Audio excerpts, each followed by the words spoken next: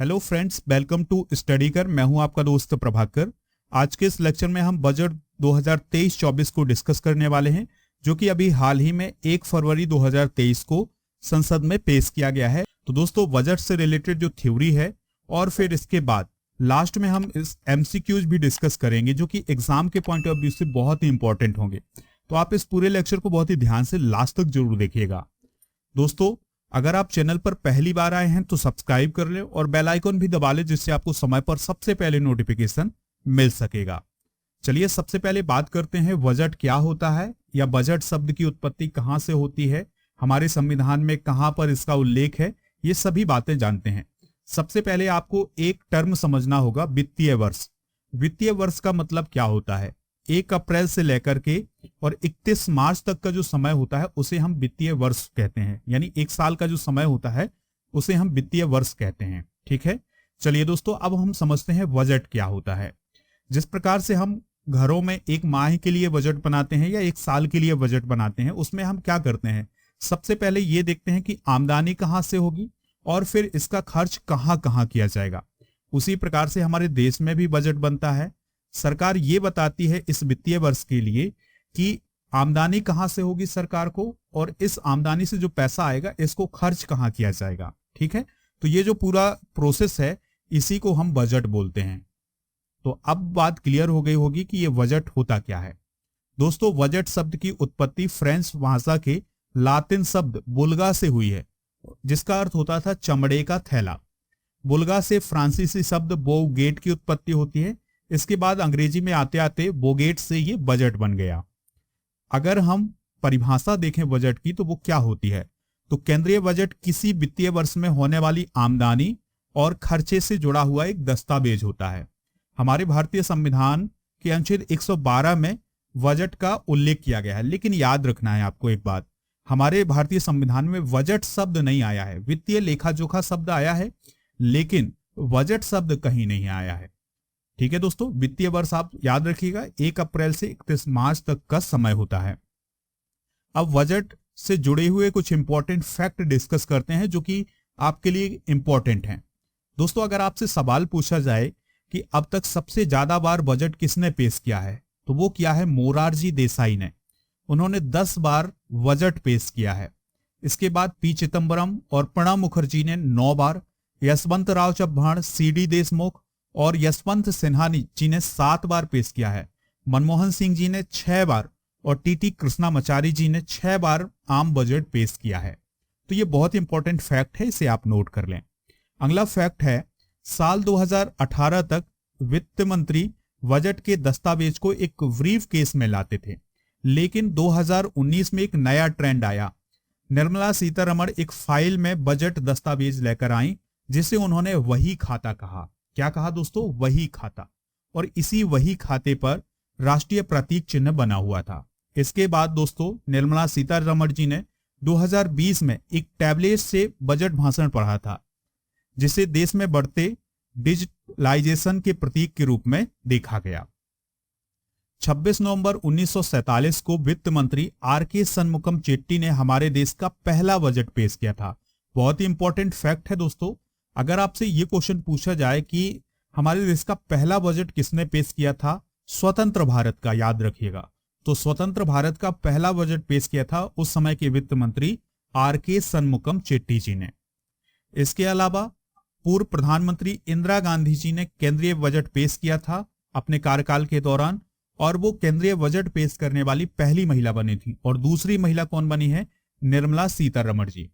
देखिए, अगर आपसे पूछा जाए कि केंद्रीय बजट पेश करने वाली पहली वित्त मंत्री कौन है, तो वो है दोस्तों इंदिरा गांधी जी। याद रखिएगा कि ये प्रधानमंत्री भी थी और साथ में इनके पास वित्त मंत्रालय भी था, तो इन्होंने ही पेश किया था। प्रधानमंत्री होते हुए भी इन्होंने पेश किया था।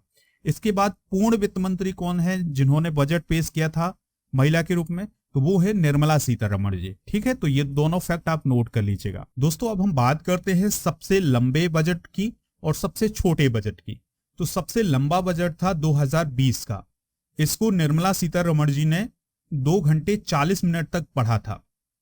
इसके बाद 1977 में दोस्तों एच.एम. पटेल जी ने मात्र 800 शब्दों का बजट पेश किया था, जो कि अब तक का सबसे छोटा बजट भाषण दिया था उन्होंने। चलिए दोस्तों, कुछ और फैक्ट हैं, इसको भी डिस्कस करते हैं। तो 1973-74 का जो बजट था उसे ब्लैक बजट कहा गया, क्योंकि इसमें 550 करोड़ का घाटा बताया गया था। और इस बजट को वित्त मंत्री यशवंत राव बी चव्हाण ने पेश किया था।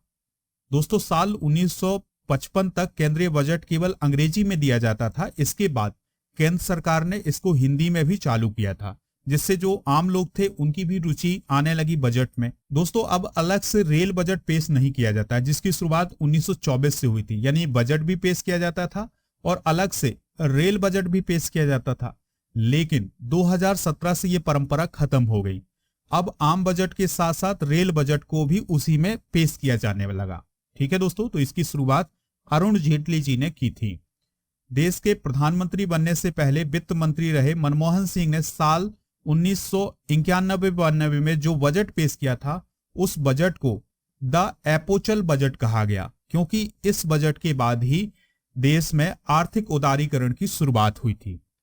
दोस्तों, केंद्रीय बजट पहले शाम 5 बजे पेश किया जाता था, लेकिन वित्त मंत्री यशवंत सिन्हा जी ने साल 1999 में बजट पेश करने का समय बदल करके 11 बजे कर दिया था। ठीक है, केंद्रीय मंत्री अरुण जेटली ने बजट पेश करने की तारीख 2017 से 1 फरवरी कर दी थी। यानी 2017 से जो बजट था वो 1 फरवरी को पेश किया जाने लगा। पहले क्या होता था 2017 से पहले कि ये फरवरी के लास्ट में पेश किया जाता था, लेकिन फिर 2017 से 1 फरवरी को पेश किया जाने लगा। साल 1950 तक राष्ट्रपति भवन में बजट छपता था।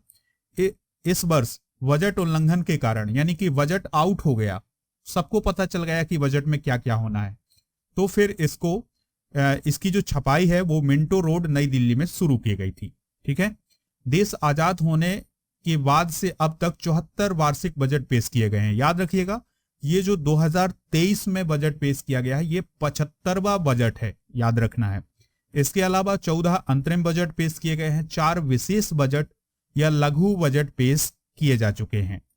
दोस्तों, अब हम बात करेंगे बजट 2023 से जुड़े हुए महत्वपूर्ण तथ्य की। तो वर्ष 2023 का जो बजट था, इसको किसने पेश किया है? तो निर्मला सीतारमण जी ने पेश किया है, और उनके कार्यकाल का यह 5वां बजट है। ठीक है, ये पॉइंट आप नोट करिएगा। और यह देश का दूसरा पेपरलेस बजट यानी डिजिटल बजट था। इस बजट में आय का लक्ष्य कितना रखा गया है? 45.03 लाख करोड़ का आय का लक्ष्य रखा गया है। राजस्व कितना प्राप्त होगा? 26.32 लाख करोड़ रुपए। और पूंजीगत जो प्राप्ति होगी, यानी कि जितनी पूंजी लगाएगी सरकार, उससे कितनी प्राप्ति होगी? वो होगी 18.70 लाख करोड़। देखिए दोस्तों, हमें आंकड़ों से डरना नहीं है, बल्कि इनको थोड़ा सा समझना है। यानी इनकम होगी सरकार की 45.03 लाख करोड़ की। राजस्व कितना प्राप्त होगा? 26.32 लाख करोड़ का। पूंजी से जो प्राप्ति होगी वो होगी 18.70 लाख करोड़। पिछले बजट यानी 2022-23 का जो बजट था, उसकी अनुमानित आय 39.44 लाख करोड़ तय की गई थी। दोस्तों, जो इस बार बजट पेश किया गया है, इसमें सप्तऋषि शब्द आया है। तो वित्त मंत्री निर्मला सीतारमण ने बजट के 7 आधार बताए हैं और उन्होंने उनको नाम दिया है सप्तऋषि। अब ये सप्तऋषि हैं कौन कौन, या 7 आधार कौन कौन से हैं? तो सबसे पहला है समावेशी विकास, यानी दोस्तों सबके लिए विकास। समावेशी विकास का मतलब है सभी का विकास हो। वंचितों को वरीयता, यानी कि जो वंचित लोग हैं उनको वरीयता दी जाए। इस बजट का ये आधार था कि जो वंचित लोग हैं उनको वरीयता दी जाए। बुनियादी ढांचे और निवेश पर आधारित है ये बजट। क्षमता का विस्तार किया जाए, हरित विकास किया जाए, युवा शक्ति को बढ़ाया जाए और वित्तीय क्षेत्र को बढ़ाया जाए। ये 7 आधार बताए हैं निर्मला सीतारमण जी ने, और इन्हीं 7 आधारों को उन्होंने सप्तऋषि शब्द दिया है। चलिए दोस्तों, कुछ और इंपॉर्टेंट फैक्ट हैं बजट से जुड़े हुए, उनको भी डिस्कस करते हैं। तो अब ये बजट तो पेश कर दिया गया है, अब किस मंत्रालय को कितना बजट आवंटित किया गया है इसको भी देखते हैं। सबसे पहले बात करते हैं मिनिस्ट्री ऑफ फाइनेंस की। तो इसको 16.89 लाख करोड़ का बजट प्राप्त हुआ है। फिर इसके बाद मिनिस्ट्री ऑफ डिफेंस को यानी रक्षा मंत्रालय को कितना बजट प्राप्त हुआ है, तो 5.93 लाख करोड़ का बजट प्राप्त हुआ है रक्षा मंत्रालय को। ठीक है। Ministry of road transport and highway को प्राप्त हुआ है 2.70 लाख करोड़ का। Ministry of consumer affairs, food and public distribution को 2.05 लाख करोड़ का बजट प्राप्त हुआ है। इस प्रकार के आंकड़े आपसे पूछे जा सकते हैं। मिनिस्ट्री ऑफ होम अफेयर्स को 1.96 लाख करोड़ का बजट प्राप्त हुआ है। इसी प्रकार से मिनिस्ट्री ऑफ रूरल डेवलपमेंट को 1.59 लाख करोड़ का बजट प्राप्त हुआ है। मिनिस्ट्री ऑफ रेलवे बहुत ही इंपॉर्टेंट है, रेलवे को कितना बजट प्राप्त हुआ है, तो रेलवे को बजट प्राप्त हुआ है 2.41 लाख करोड़ का। मिनिस्ट्री ऑफ एजुकेशन यानी शिक्षा पर कितना बजट होगा, तो शिक्षा पर बजट होगा 1.12 लाख करोड़ का, और इसमें बढ़ोतरी हुई है 8,000 करोड़ की। ठीक है, यानी पिछली बार की अपेक्षा 8,000 करोड़ शिक्षा पर बजट बढ़ाया गया है। दोस्तों, ministry of agriculture and farmers welfare को मिला है 1.25 लाख करोड़ का budget. Ministry of rural development को मिला है 1.59 लाख करोड़ का। मिनिस्ट्री ऑफ जल शक्ति को मिला है 97,000 करोड़ का।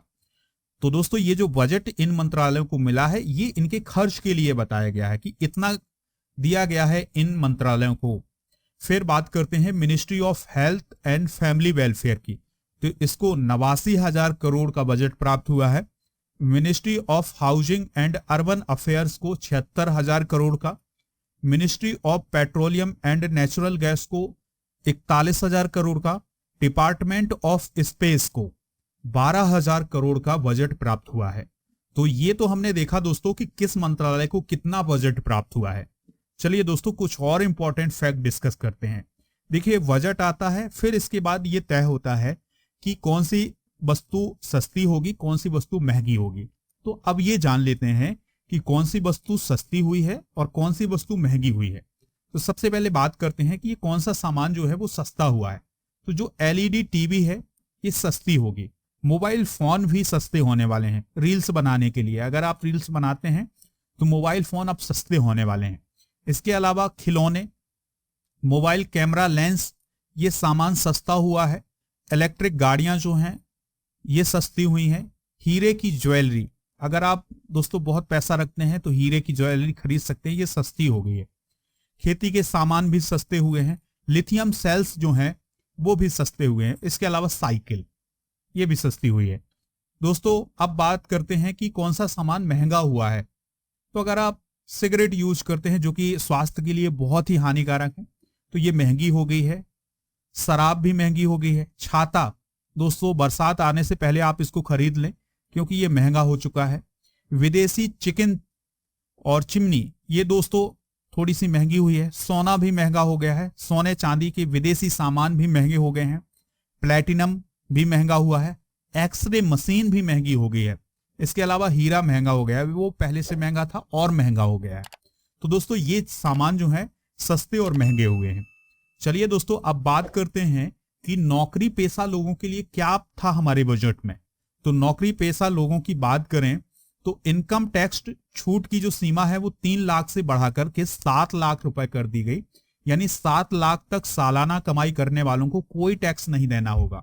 और एक टैक्स स्लैब आया है दोस्तों, 0 से 3 लाख तक कोई टैक्स नहीं, 3 से 6 लाख तक 5% टैक्स, 6 से 9 लाख तक 10% टैक्स, इसके अलावा 9 से 12 लाख तक 15% टैक्स, और 12.5 से 15 लाख तक 20% टैक्स लगेगा, और इसके अलावा 15 लाख से ऊपर 30% टैक्स लगेगा। तो ये टैक्स बताया गया है, टैक्स कितना लगेगा। ठीक है, और क्या है नौकरी पेशा लोगों के लिए दोस्तों, तो संविदा कर्मियों से जुड़े विवादों को खत्म करने के लिए वॉलेंट्री स्कीम लाई जाएगी, ये बताया गया है बजट में। ये पॉइंट आपको नोट करने हैं। देश में 2023 में 157 नए नर्सिंग कॉलेज स्थापित किए जाएंगे। ये पॉइंट बहुत इंपॉर्टेंट है, इसको आप नोट कर लें। प्रधानमंत्री कौशल विकास योजना 4.0 की शुरुआत की जाएगी। सिलेबस में कोडिंग, एआई, रोबोटिक्स और 3D प्रिंटिंग शामिल की जाएगी। यानी कि जो प्रधानमंत्री कौशल विकास योजना है इसके तहत ये भी सिखाया जाएगा। स्किल डेवलपमेंट के लिए 30 स्किल इंडिया नेशनल सेक्टर खोले जाएंगे। दोस्तों स्किल डेवलपमेंट के लिए ये हम डिस्कस कर चुके हैं। देखो अपना देश योजना के तहत घरेलू पर्यटन को बढ़ावा दिया जा रहा है, दिया जाएगा, और टूरिज्म सेक्टर में युवाओं के लिए रोजगार नौकरी के बड़े अवसर प्राप्त होंगे। और सबसे इंपॉर्टेंट पॉइंट ये है दोस्तों, सिकल सेल एनीमिया एक बीमारी होती है, तो इसको खत्म करने के लिए एक लक्ष्य रखा गया है कि 2047 तक सिकल सेल एनीमिया को खत्म किया जाएगा। ठीक है, तो ये पॉइंट आप नोट कर लें। दोस्तों किसानों के लिए क्या प्राप्त हुआ है, तो देश में खेती से जुड़े स्टार्टअप को प्राथमिकता दी जाएगी, ये कहा गया है बजट में।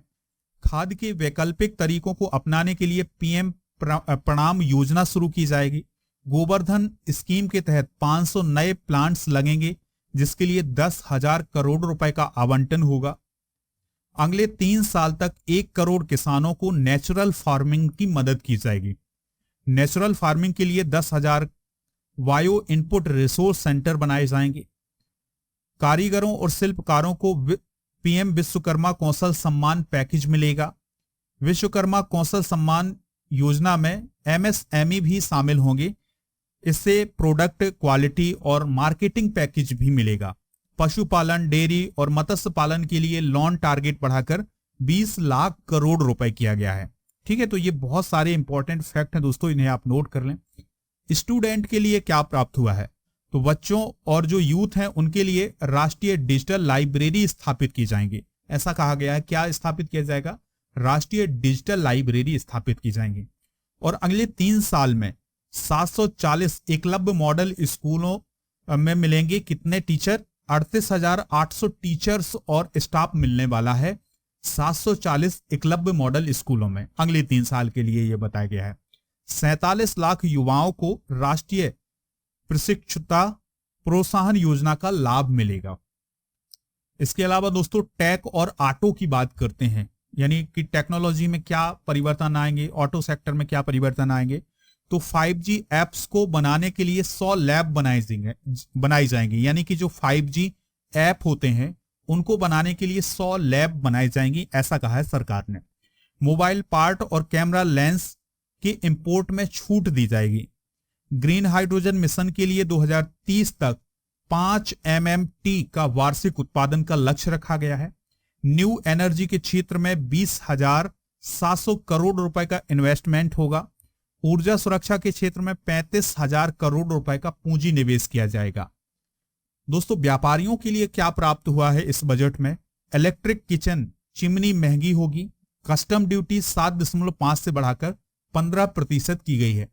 वरिष्ठ नागरिक खाता स्कीम की सीमा 4.5 लाख से बढ़ाकर 9 लाख की गई है।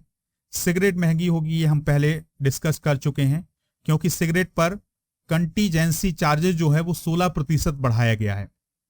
महिला और बुजुर्गों के लिए क्या प्राप्त हुआ है, तो दोस्तों महिला सम्मान बचत पत्र योजना की घोषणा की गई है, जिसमें महिलाओं को 2 लाख की बचत पर 7.5% का ब्याज मिलेगा। वरिष्ठ नागरिक बचत योजना की सीमा 15 लाख से बढ़ाकर 30 लाख कर दी है। इलेक्ट्रिक किचन चिमनी पर सीमा शुल्क यानी कस्टम ड्यूटी जो है वो 7.5 से बढ़ाकर के 15% कर दी गई है। दोस्तों अब हम बात करते हैं रियल एस्टेट को क्या प्राप्त हुआ है। तो पीएम आवास योजना में निवेश को 66% बढ़ाकर 79,000 करोड़ किया जा रहा है। ठीक है, तो ये पॉइंट आप सभी नोट कर लीजिएगा, सभी चीजें तो डिस्कस नहीं कर सकेंगे। और एक और पॉइंट याद रखिएगा दोस्तों, एयर कनेक्टिविटी बढ़ाने के लिए 50 नए एयरपोर्ट, हेलीपैड, ड्रोन और लैंडिंग ग्राउंड बनाए जाएंगे। तो ये सरकार ने लक्ष्य रखा है इस साल के लिए। तो दोस्तों ये थी बजट 2023-24 से रिलेटेड महत्वपूर्ण बातें, आप इन्हें नोट कर लें। चलिए दोस्तों अब हम डिस्कस करेंगे बजट से रिलेटेड महत्वपूर्ण क्वेश्चन, जो कि आपके एग्जाम के लिए बहुत इंपॉर्टेंट है। तो भारतीय संविधान के किस अनुच्छेद में बजट का वर्णन किया गया है? तो दोस्तों बजट शब्द तो नहीं आया है, लेकिन वित्तीय लेखा जोखा शब्द आया है। तो ये अनुच्छेद 112 में आया है। तो इसका राइट आंसर क्या हो जाएगा? 112 है। अगला क्वेश्चन है, अब तक सबसे अधिक बार बजट किसने पेश किया है? तो हमने डिस्कस किया था दोस्तों मोरारजी देसाई ने अब तक 10 बार बजट पेश किया है। स्वतंत्र भारत का पहला बजट किसने पेश किया था? तो स्वतंत्र भारत का पहला बजट पेश किया था आर.के. शनमुखम चेट्टी जी ने। केंद्रीय बजट पेश करने वाली पहली महिला कौन थी? तो वो थी इंदिरा गांधी जी। कौन थी दोस्तों? इंदिरा गांधी जी। अब तक का सबसे लंबा बजट भाषण किसने दिया था? तो ये दिया था निर्मला सीतारमण जी ने, 2 घंटे से भी अधिक था। पहली बार रेल बजट को आम बजट में कब शामिल किया गया था? तो हमने डिस्कस किया था, अरुण जेटली जी ने किया था 2017 में। द एपोचल बजट किसने पेश किया था? किसके बजट को एपोचल बजट कहा गया था? तो मनमोहन सिंह ने जो बजट पेश किया था उसको एपोचल बजट कहा गया था। निर्मला सीतारमण ने 2022 में कौन सी बार बजट पेश किया है? तो दोस्तों उन्होंने 5वीं बार बजट पेश किया है। कौन सी बार? 5वीं बार। 2023 में बजट में आय का लक्ष्य कितना रखा गया है? तो 45.03 लाख करोड़ का आय का लक्ष्य रखा गया है बजट 2023 में। रक्षा मंत्रालय को 2023 के बजट में कितना आवंटन किया गया है? तो दोस्तों इसका आंसर होगा 5.93 लाख करोड़ का। 2023 में कितने नर्सिंग कॉलेज खोले जाएंगे? तो 157 नर्सिंग कॉलेज खोले जाएंगे। 2023 में कितने स्किल इंडिया नेशनल सेंटर खोले जाएंगे? तो वो खोले जाएंगे दोस्तों 30।